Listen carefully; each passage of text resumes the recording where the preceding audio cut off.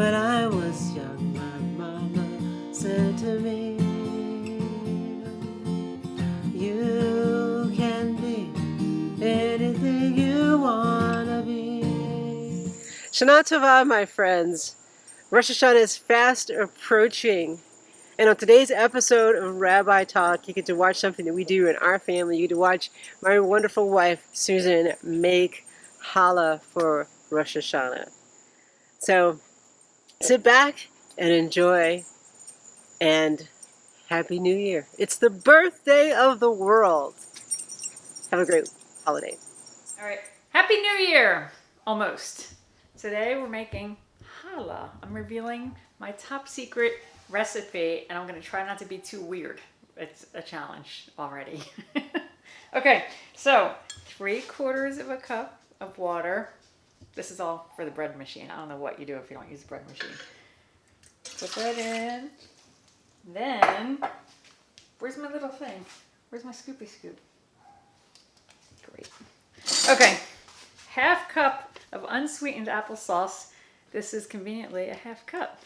You can buy the little packets. So you just stick that in there. Should it be sweetened applesauce? Unsweetened. It's the egg replacer. Thank you. Oh, so say more about that. So use the applesauce why? Because we don't use eggs, and I don't know. Rabbi Sandra told me it has to be unsweetened applesauce. I don't know the science behind it, but make sure it's unsweetened. That's all I can tell you. 3 tablespoons earth balance.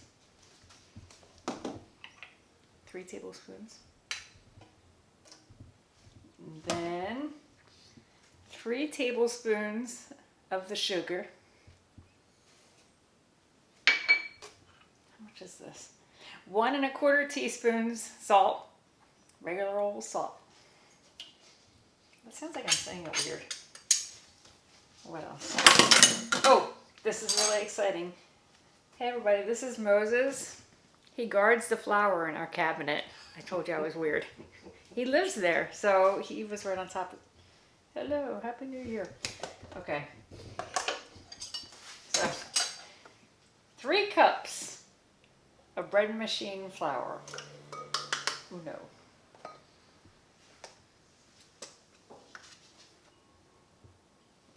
What happens if you don't use bread machine flour? I don't know. You can use regular flour. I don't know. That's what the rules say.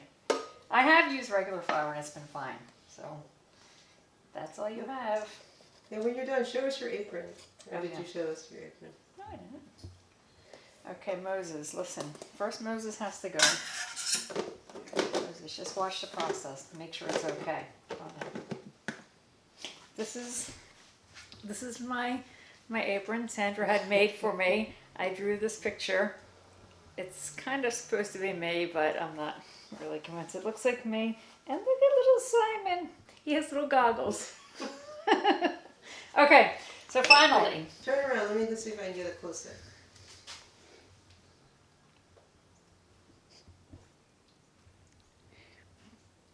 Okay, listen. 2 teaspoons of bread machine yeast. And you put that in last and just try it. Sandra, look. You get it on top of the flour. Don't put it in the water. That's another bread machine rule. I don't know. I don't think it makes that much of a difference, but just put it on the dry stuff. That's it. And I'm going to stick this thing in the machine. And then set the machine to the dough setting. Oh, you're still there. The dough setting. Which on this one is 1 hour and 25 minutes. But I take the dough out after an hour because I think it rises too much if it stays in there, and because we still have to roll it out and all that.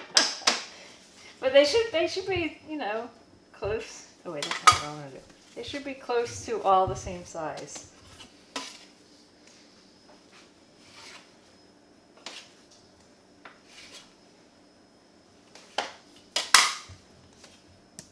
That's good. We don't need to. Oh. All right. So you have 4 balls, and you get them lightly floured. You don't put too much flour, or it's going to be a pain in the butt to roll out. But so just enough so it's not sticking on your hands. It's like sticky. Teeny, teeny bit.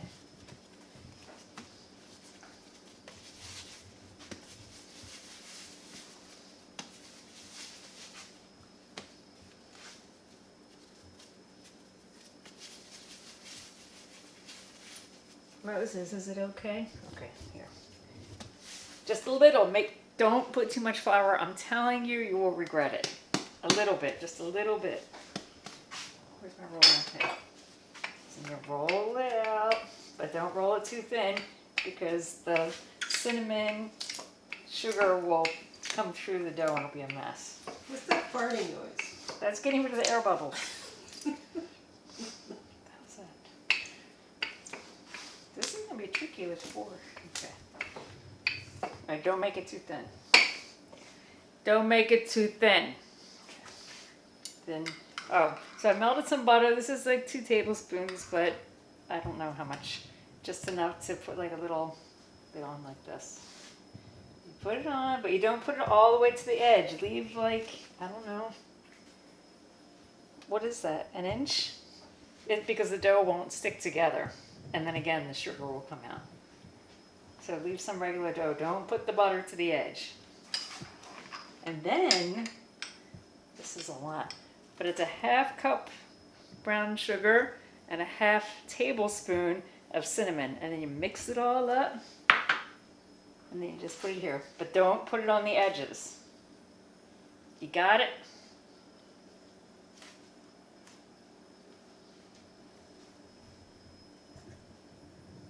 Do you have any questions, Sandra?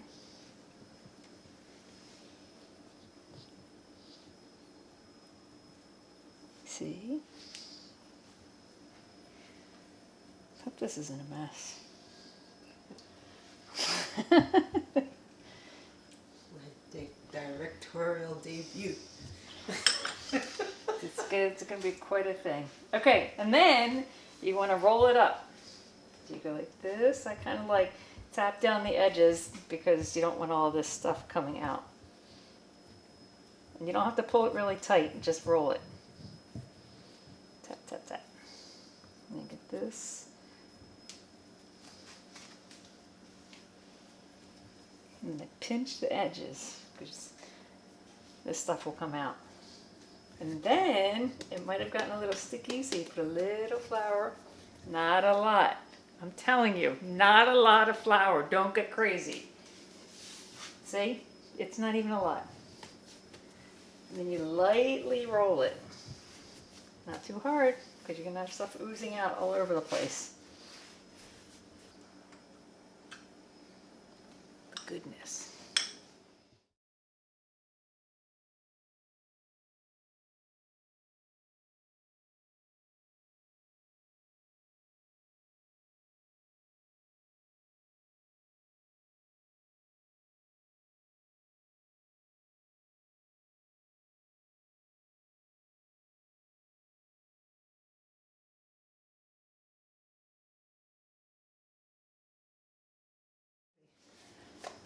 They have these things like you could have put a GoPro on your head or something like that. Yeah, that would have been fun. Or some kind of device I've seen people use.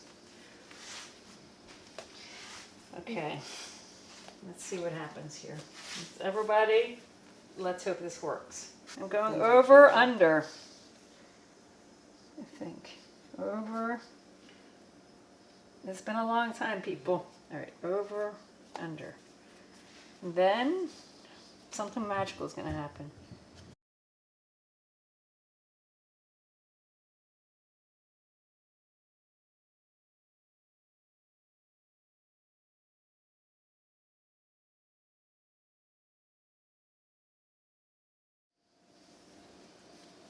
Does it have to sit on the counter for a little bit? No, I think it's risen enough. Yeah. Okay. I'm kind of surprised that turned into a circle. Okay. Wow. Look at that. All right. Moses, what do you have to say? I'm dead. All right, I'm just going to put it in the oven. All right. At 375, but our oven is weird, so I put it at 370, and the bread challah tends to burn on the bottom. So, put it in the oven,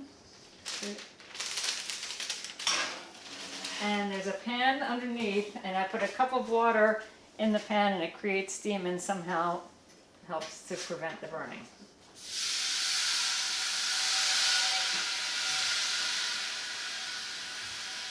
Don't ask the science, I don't know. Okay, so 375 for, I don't know, 34 minutes, maybe? And then hopefully it'll be done. It might take a little longer. Okay. Hi all, my name is Susan Hurry, also known as the Rebbitzin. Hey. And I'm the challah baker. I started making challah because we couldn't find vegan challah anywhere, and I can't take credit for the recipe, but Sandra came up with a recipe because I didn't know how to bake vegan. So she told me about the applesauce trick, and now we have vegan challah. The best challah, I have to say, because I've had a lot of bad challah. This is good challah. So the applesauce trick, it's just a replacement for eggs. So no eggs needed. Just a half cup for that recipe that I just made. A half cup of unsweetened applesauce instead of eggs.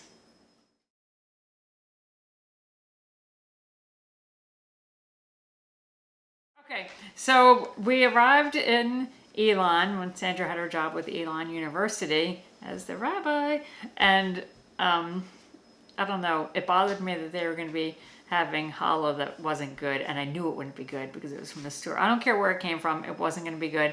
So I decided that I would provide the students with challah. And it was a big success. The students, of course, loved it because it was homemade and all that. And it just became a thing. And since then, I've been making it for friends and just because it's good and they love it. And sometimes I even make the cinnamon sugar one. I don't know, it's a thing.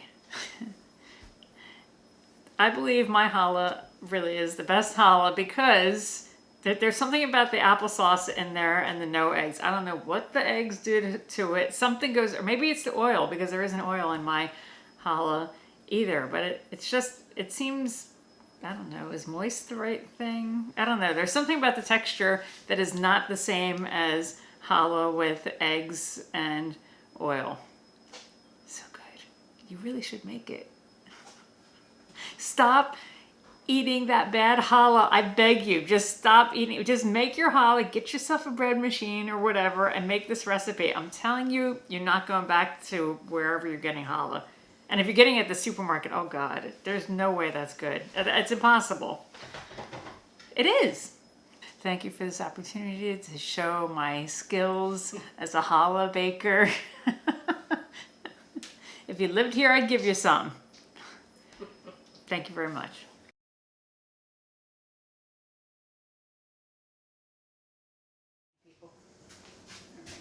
Okay, so I actually had it in here for 36 minutes, and then I lowered the heat to 360 and left it in there for 2 more minutes. But again, our oven's weird, so I don't know. How do you know when it's done? I don't know, I guess. And hope for the best. I also, if it gets too brown, like later in the baking time, you can put foil on it and it won't keep getting browner and browner. But look, it's a circle. That's exciting. I'm kind of surprised. And take it off. When it closes? Don't let it cool on the baking pan because then the bottom gets soggy. It has to, where's my thing? It has to go on the cooling rack. That's the raise. The bottom's not burned. Wonderful. Ta-da! That's exciting. I never doubted it for a minute.